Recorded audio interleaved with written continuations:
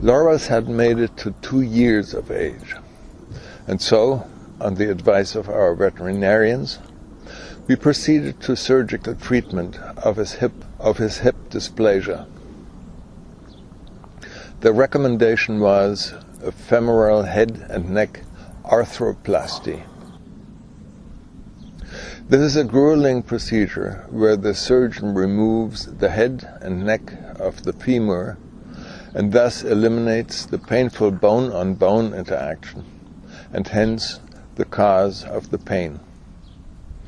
The rest of the femur is left dangling in soft tissue, free to develop a pseudo-joint. It took Lorbas only 3 weeks to recover from surgery.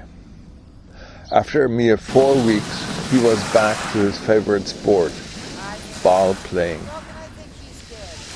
We took him to the ocean, so that swimming would spare his joints sudden stress. A mere 3 months after the surgery, he jumped again vigorously and high for the ball, and regularly did many retrieves of his beloved ball from the lake, often 20 at a time, the equivalent of some 3,000 meters of swimming. In between retrieves he plays with the ball by himself. Left paw against right paw against nose is a great game, particularly if you pretend that the left paw doesn't know what the right paw does. There is no doubt that he is happy, and so are we. Thanks to Dr. Sukiani of Brentwood Bay Veterinary Clinic in Victoria, BC. We cannot believe that once we thought we had to put him down because of his ailment.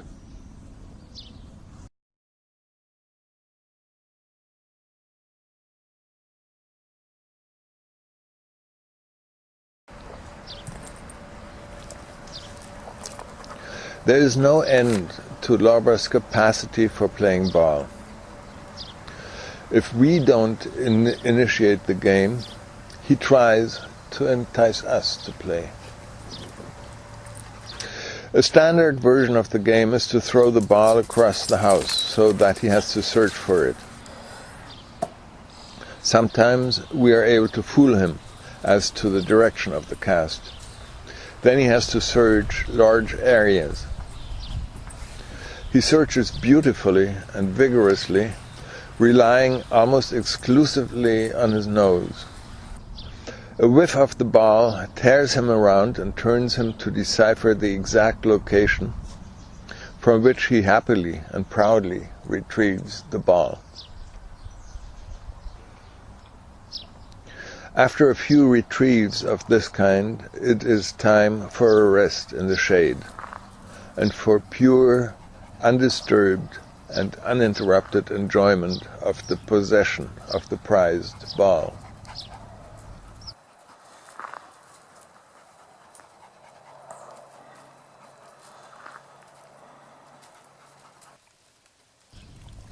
Over the years, Lorbas invented exciting variations of the game. Left paw against right paw against nose is a favorite one, particularly if played on steep rocks by the lake.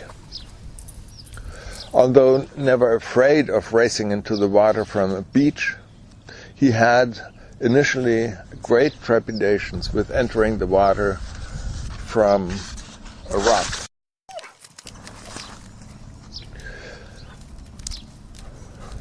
It took him much agonizing and several weeks to learn that it is possible to go left or right in order to find shallow axes and reach his beloved prize.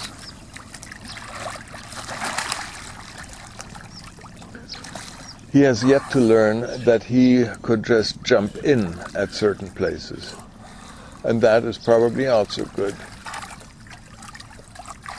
Despite all his trepidations, this game is so much fun that he never tires of it.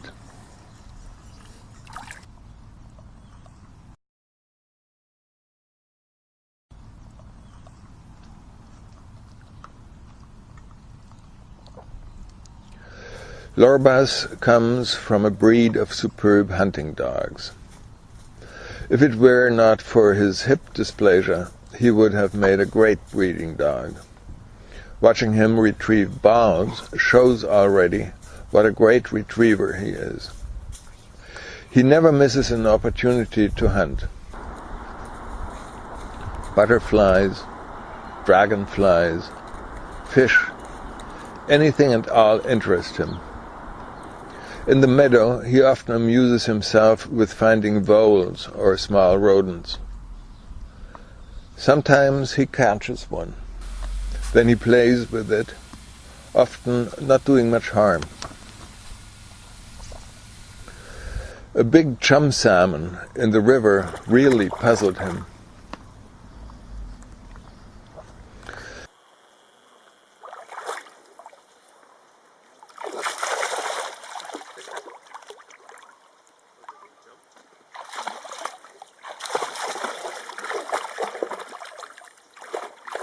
His passion are birds, quail for sure, but even the sparrows in the rhodos, the robins nesting in the rhodos or under the deck.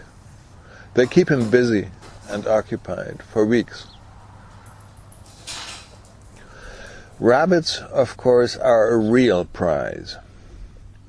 We do not tolerate them because they proliferate so rapidly and then can do real damage to our garden operation.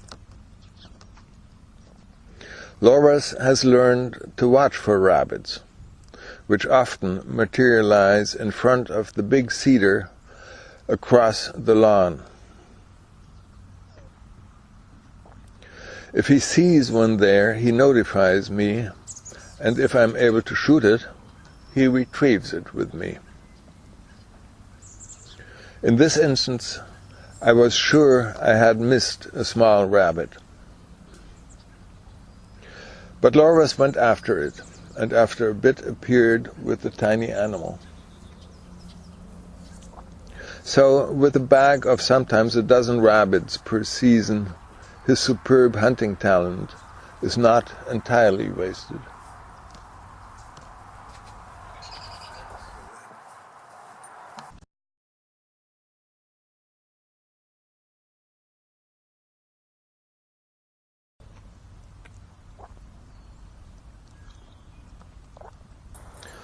Lorbas loves playing with other dogs.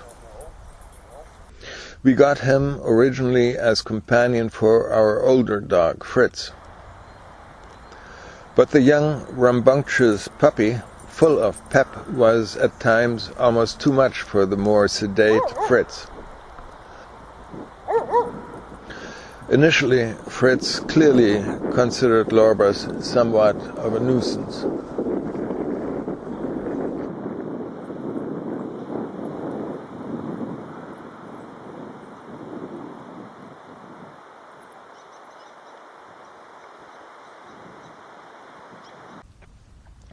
That changed, however, as Fritz grew older.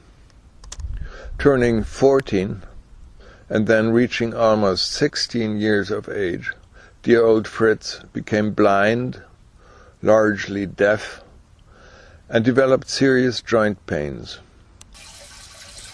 So we all had to care for him. At that time, Fritz and Lorbas reconciled. Fritz may even have grown fond of Lorbas. With Fritz making it clear that he did not care for his rambunctiousness, sometimes in a not too subtle way, Lorbas decreased his attempts at enticing Fritz to play. Instead, during Fritz's last year, Lorbas developed a routine of taking the old Fritz out for a walkabout on our property. The routine was to take Fritz down to the end of the property and back up. No one had instructed him to do so. He just did it, every day. Lorbas would take the lead and Fritz would follow him. Across the lawn, then down the driveway towards the road, They never went on the road. Both knew that going on the road was a no-no. So from down at the end of the property, both returned via the driveway. Lorbas ahead, Fritz in tow. Fritz had assumed the gait of a blind dog, lifting his front paws high up while walking, so as not to bump into things. Unfortunately, that did not prevent him from bumping into my car and me driving over him. That was his end, to all our deep regret, including Lorbas, who seriously grieved for several days. Thank heaven Lorbas has a new friend. This is Popeye, a miniature schnauzer who, with Debbie and Glenn, lives in the cottage. Lorbas wakes up from his sleep when Popeye comes outside. Popeye wears a little bell around his neck, and though none of us is able to hear anything, Lorbas wakes up from his sleep, and he races to greet him and Debbie, who indulges Lorbas with ball playing. Life is good again.